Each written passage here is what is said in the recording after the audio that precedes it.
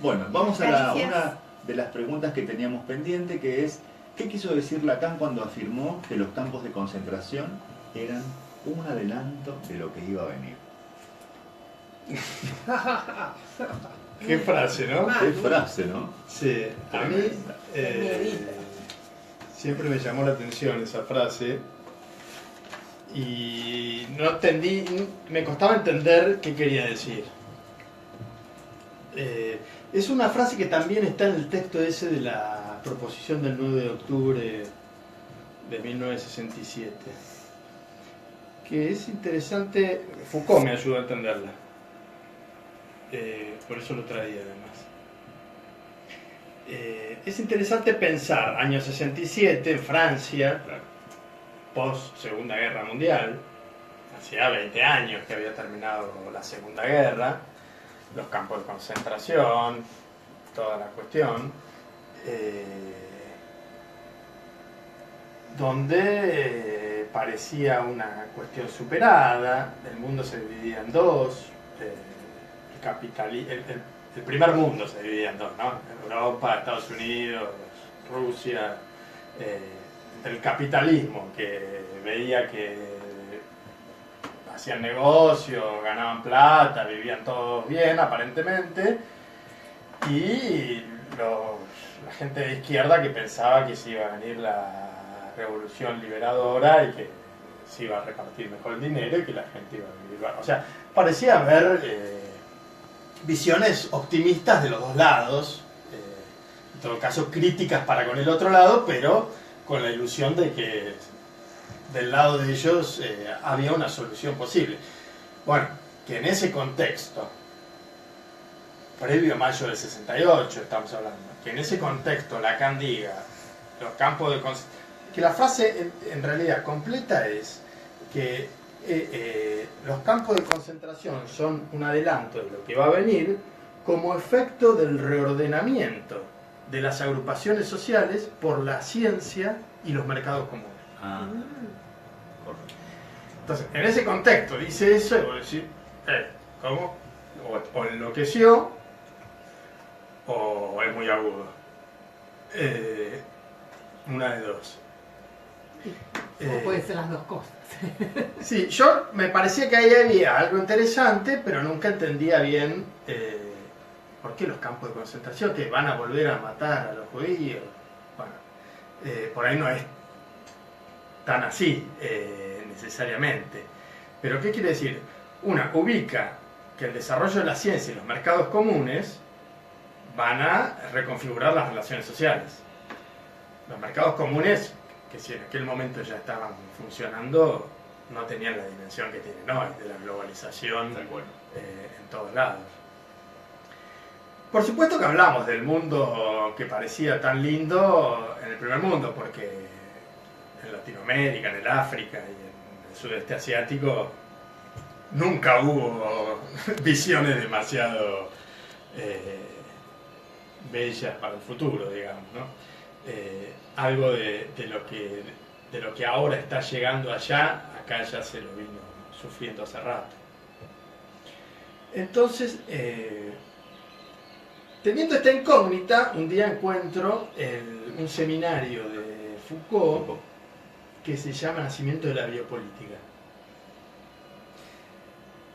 en el cual estudia la historia del liberalismo y del neoliberalismo. Que es solo ese seminario, después no sé si en otros lados, pero antes te hablaba de lo de las subjetivaciones, los griegos tienen una seguidilla de seminarios, ese está como medio ahí aislado, pero es muy interesante porque estudia la historia del liberalismo y del neoliberalismo y la Alemania nazi, y a mí me pareció encontrar ahí algunas cuestiones muy interesantes.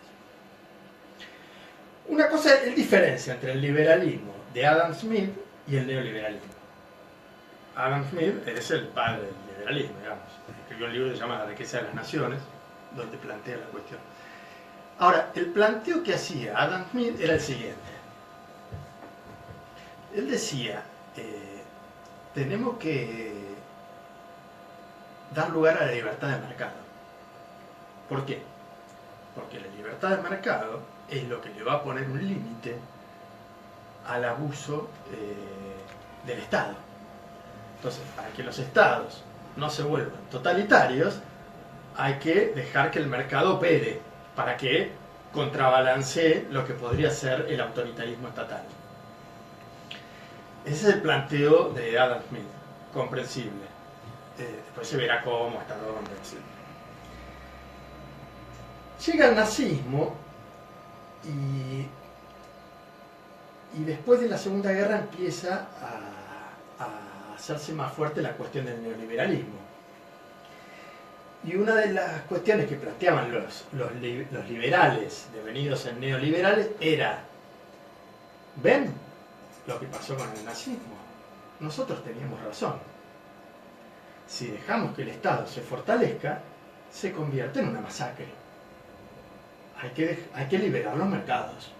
Son la solución. Parece razonable. Entonces, Foucault dice: no, ojo, no nos confundamos. El nazismo no era un Estado fuerte.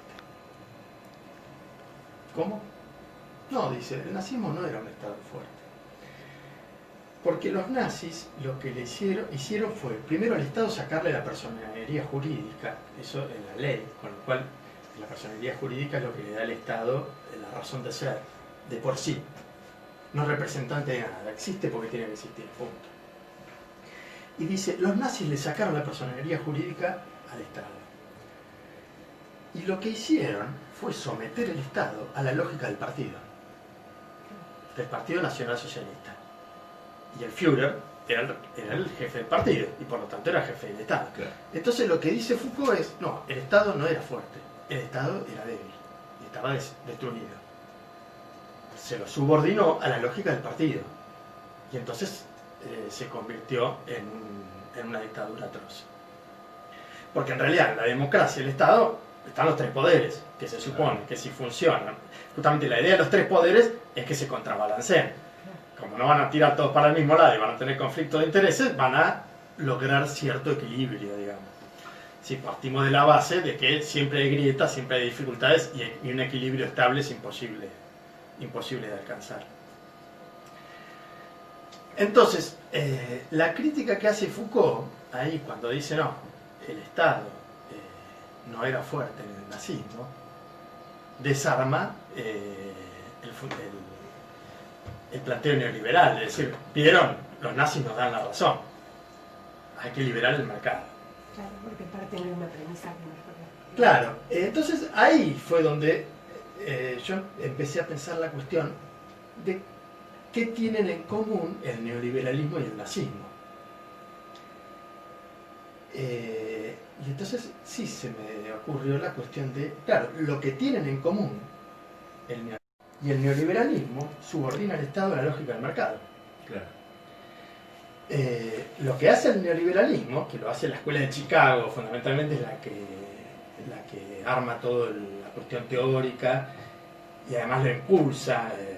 En Latinoamérica lo hicieron muy fuerte a partir del golpe de Estado a Salvador Allende en Chile.